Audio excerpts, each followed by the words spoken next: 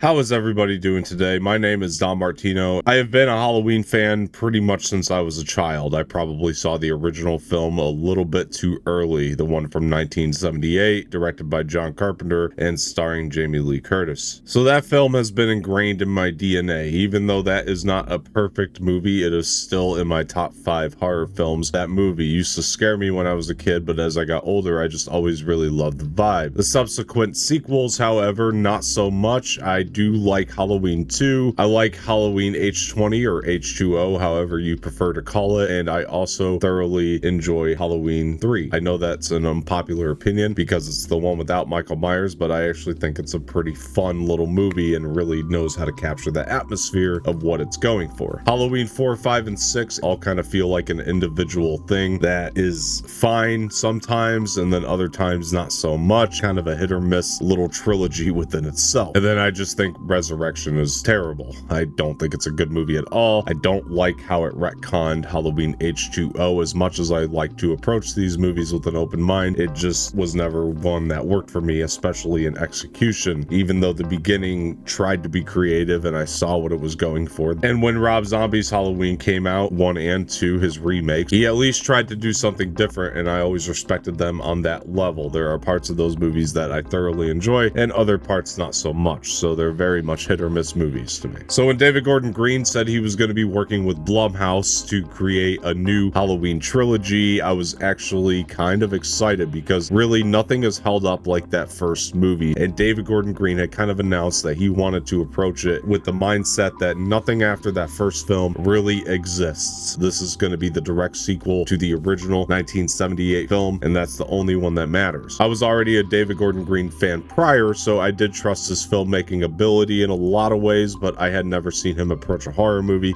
so there was still a little bit of hesitancy. And not to mention, Blumhouse is kind of known for making horror movies on the cheap, so that way they can make a bunch of money. And while I think it's a good business model, it hasn't always proven to have the best results. But Halloween 2018 came out and it actually blew my expectations out of the water. It really introduced us to enough of the familiar mixed with David Gordon Green's overall style. It introduced us to new characters. It added a whole new storyline for Laurie Strode and what had happened to her over the course of 40 years, and I really loved exploring that. I also thought it was great to see Jamie Lee Curtis reprise the role, and then also to see a Michael Myers who actually had a mask that looked like the original film, which was for some reason never replicated quite right. Even though that mask did kind of become torn and tethered and all that kind of stuff, it was still really nice to see, and it looked pretty dope. The movie came out, was highly successful in 2018. It just went by the title Halloween, although everybody likes to call it Halloween 2018 so they can differentiate it between the original John Carpenter's Halloween. It's a really cool way to do that, I guess, but I still kind of wish they just would have called it Halloween 18 or something like that. I don't know. Either way, I love the film, and I thought it was a good way to ease the audience back into the Halloween franchise to really show the kind of approach that David Gordon Green was going to take. But when Halloween Kills came out, the question kind of came about, did we really know the full approach? Because David Gordon Green did something very interesting with Halloween Kills where he made it an all-out kind of fun slasher movie, and the film wasn't received well. I guess people thought it was too familiar or just too much of something they'd seen before, but I actually really enjoyed it for those purposes of nostalgia. And what it showed me is that David Gordon Green had a real knack for Halloween atmosphere, right? He captured the fall season. The other thing Halloween Kills really showed me is that David Gordon Green understands Michael Myers in a way that I always thought that I did, and he executed it on the screen in a way that I've always kind of wanted it to be seen. Just really gave Michael that mystery. Is he a supernatural being? Is he not? And I like that the mystery stayed there, but I also just had a lot of fun with the atmosphere and how it was just a all-out gory slasher movie, and we got to see Michael Myers at his absolute best, and I thought that that was really an amazing approach to the sequel. I also liked that Halloween Kills didn't have a Laurie versus Michael story because I thought we'd seen that one too many times before. I like that the movie kind of kept Laurie Strode in the hospital, and I know that's where a lot of people had the issue. Got like 5 other movies where you could see Laurie versus Michael. You can enjoy those instead. For me, I want something a little bit different each time, and David Gordon Green clearly understands that approach. But that said, going into Halloween Ends, I was still nervous, even though I have been a fan of the last two David Gordon Green films. It's really hard to end this franchise for a couple of reasons. Number one, they've tried to do it before and it didn't quite work out as well. The second reason there is a lot of hesitancy is because this is a franchise that any studio would just love to milk. Keep Michael alive, or keep Laurie alive, or whatever, or just keep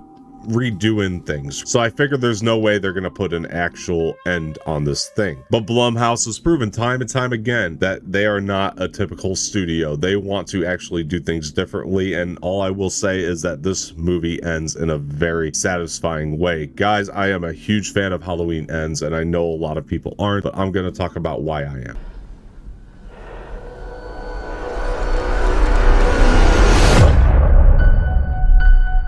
Everything about this movie is different, and I won't spoil anything here, but Corey Cunningham character is something that I understand why people had hesitancy behind it, because he's a new character added to a already kind of established troupe of characters. It's one of those things where it's like, ooh, that might not work out so well. But Rowan Campbell honestly does a bang up job with this character. He is a very talented actor, and I was very happy to see him in this film. And we actually get really good character development for this character, but he kind of does approach this movie in a way where it is different. The storyline is very jarring. It's very different than the last two, and I think a lot of people in this day and age like to confuse jarring for bad. And this movie is not going to be for everybody, and I think that is perfectly okay. If you didn't like this movie, hey man, that's you. To each their own. I'm okay with that. It's not up to me to tell you whether or not you are going to like a movie, but obviously for myself it worked. But that does lead me into a fear I have about the modern day audience member. I feel like modern day audience members love nostalgia a little too much, and they almost want more of the same, and I always gotta question why.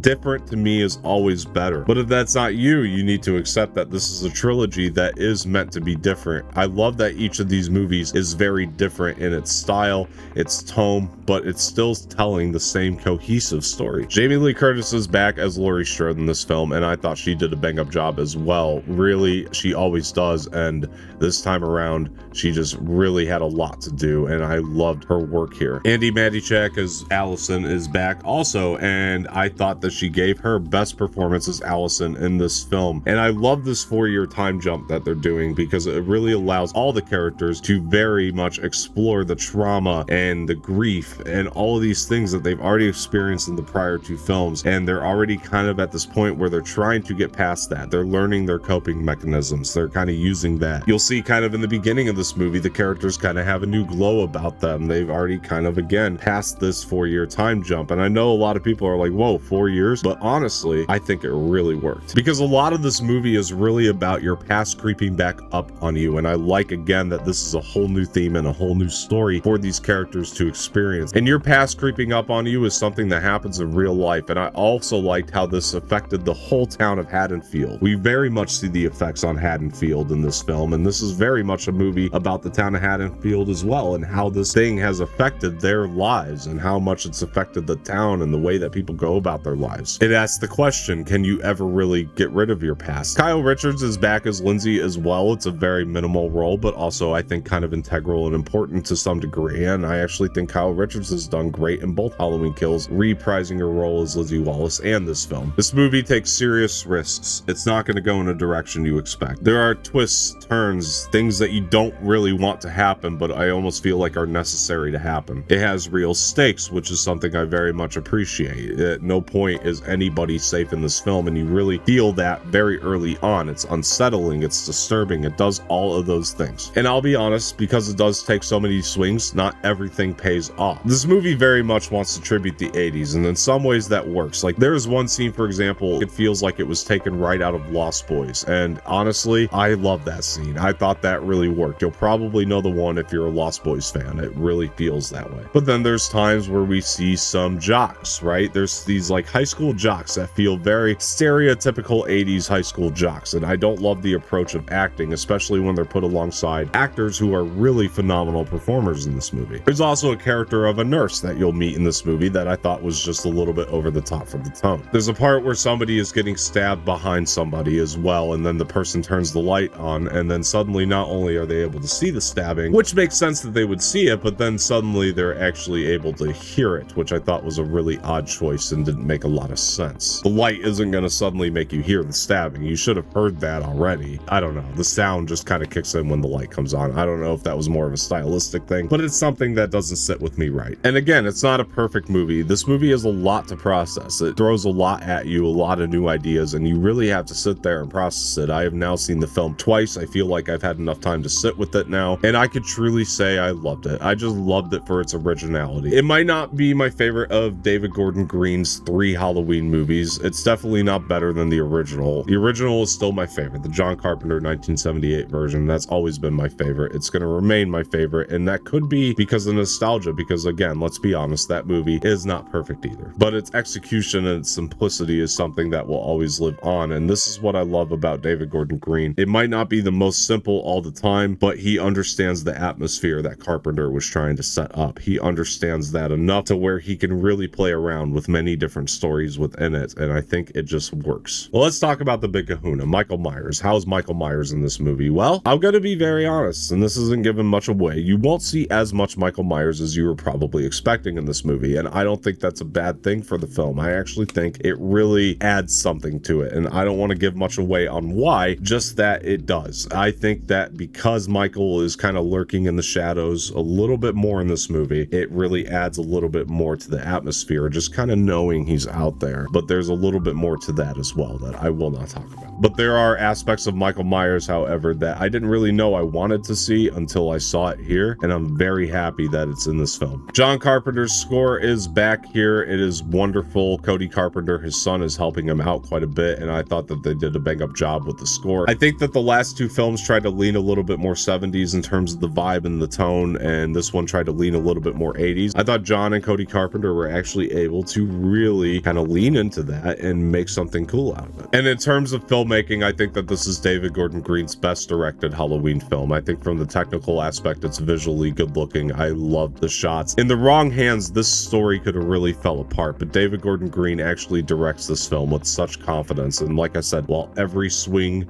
and risk doesn't work, it's always kind of held up by that confidence, and I like that he has the confidence and competence to really stick to his guns and make this really awesome story that's original and new and not something we have seen a million times before. Whether you are somebody who enjoys the entirety of the movie or not, it's going to be really hard for me to accept the fact that you weren't satisfied with this ending as a Halloween fan, because I, again, just thought this ending was super finalized. I was surprised at how finalized it actually felt. I mean, it really feels like Halloween ends. I think you got what you were supposed to get out of all the titles of the movies. The titles of the movies really speak for themselves. Halloween Kills is literally a movie about a killing rampage, right? And this movie is Halloween Ends, and it's really about Halloween ending. But this movie, because of its swings, it's going to be very divisive, and I am very curious to hear how the rest of you thought about it. Please let me know in the comment section below. Let's have a conversation about it, honestly, because I am open to hearing your suggestions, your opinions, what you liked, what you didn't like. Okay, guys, I am personally going to give David Gordon Green's Halloween Ends a must watch, and this has been a wonderful franchise, a wonderful trilogy that he made, so to speak, and I love how much it plays with that original Halloween that I grew up on and loved. Thank you guys for joining. I'm sure a lot of you are going to disagree with my opinion, and again, that's okay. Just let me know why. I really would like to know. And before I get out of here, like the video, subscribe to the channel, leave some feedback in the comment section, share this with your friends, and hit that bell for notifications. I am Don Martino. Thank you for checking out the content, and I will talk to you guys later.